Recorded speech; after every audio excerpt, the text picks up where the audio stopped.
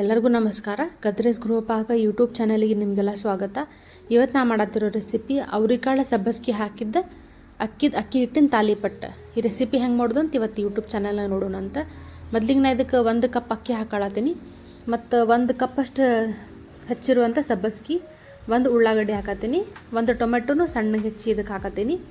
ಆಮೇಲೆ ಸ್ವಲ್ಪ ಹೆರಿದಿರುವ ಸೋರೆಕಾಯಿ ಅರ್ಧ ಕಪ್ ಮತ್ತು ಅರ್ಧ ಕಪ್ಪಿನಷ್ಟು ಅವರಿಕಾಳು ಹಾಕತ್ತೀನಿ ಮತ್ತು ಅರ್ಧ ಕಪ್ ಅಷ್ಟು ಹೆರಿದಿರುವಂಥ ಗಜ್ರಿ ಹಾಕತ್ತೀನಿ ಮತ್ತು ಅರ್ಧ ಕಪ್ ಅಷ್ಟು ಹಸಿ ಕೊಬ್ಬರಿನ ನಾನು ಮಿಕ್ಸಿ ಮಾಡಿ ಇಟ್ಕೊಂಡಿದ್ದೆ ಅದನ್ನು ಹಾಕತ್ತೀನಿ ಮತ್ತು ಅರ್ಧ ಕಪ್ ಅಷ್ಟು ನೀರು ಸೌತೆಕಾಯಿ ಹಾಕತ್ತೀನಿ ಮತ್ತು ಇದು ಮಿಕ್ಸಿ ಮಾಡಿಕೊಡ್ರಂಥ 3 ರಿಂದ 4 ಹಸಿಮೆಣ್ಸಿನ್ಕಾಯಿ, ಕರಿಬೇವು, ಕೊತ್ತಂಬರಿ, ಶುಂಠಿ ಹಾಕತ್ತೀನಿ ಮತ್ತು ಸ್ವಲ್ಪ ಇದಕ್ಕೆ ಜೀರಿಗೆ, ಆಮೇಲೆ ಸಣ್ಣಗೆ ಹೆಚ್ಚಿರುವಂಥ ಕೊತ್ತಂಬರಿ, ರುಚಿಗೆ ಎಷ್ಟು ಬೇಕಲ್ಲ ಅಷ್ಟು ಉಪ್ಪು ಹಾಕತ್ತೀನಿ. ನಿಮ್ಮ ಕಡೆ ಎಳ್ಳು ಇತ್ತಂದ್ರೆ ಬಿಳಿ ಎಳ್ಳು ಹಾಕ್ರಿ, ಅದು ರುಚಿ ಆಗ್ತೈತಿ.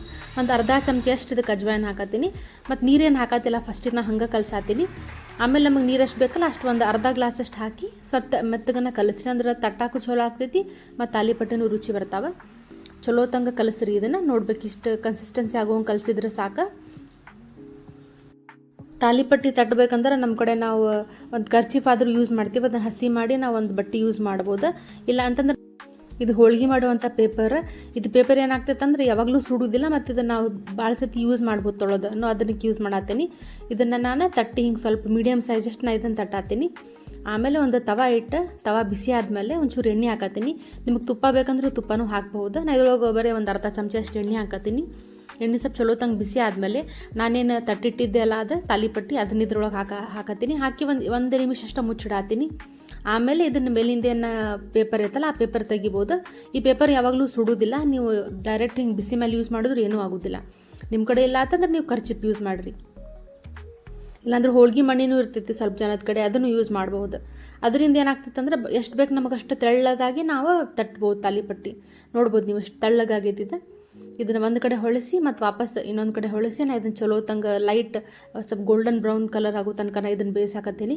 ಇದು ಚಳಿಗಾಲದೊಳಗೆ ಎರಡೂ ಸೊಪ್ಪಿರಲಿ ಮತ್ತು ಆಮೇಲೆ ಇದು ಅವರಿಕಾಳು ಜಾಸ್ತಿ ಸಿಗ್ತೈತಲ್ಲ ಅದಕ್ಕೆ ಇದನ್ನು ನೀವು ಮಾಡ್ಕೊಂಡು ತಿನ್ಬೋದು. ಇದು ನಾಷ್ಟಕ್ಕೂ ಚಲೋ ಆಗ್ತೈತಿ, ಊಟಕ್ಕೂ ಚಲೋ ಆಗ್ತೈತಿ.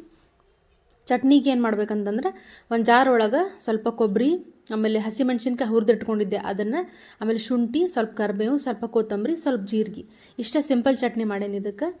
ಇದ್ರ ಜೊತೆ ಚಟ್ನಿದು ಭಾಳ ರುಚಿ ಆಗ್ತೈತಿ. ಅದಕ್ಕಂದ್ರೆ ಆಲ್ರೆಡಿ ತಾಲಿಪಟ್ಟಿ ಒಳಗೆ ಎಲ್ಲ ಥರನೂ ಮಸಾಲ ಹಾಕಿದ್ರೋದ್ರಿಂದ ಇದು ಭಾಳ ರುಚಿ ಆಕೈತಿ. ನೀವು ಟ್ರೈ ಮಾಡಿರಿ ಇದನ್ನು.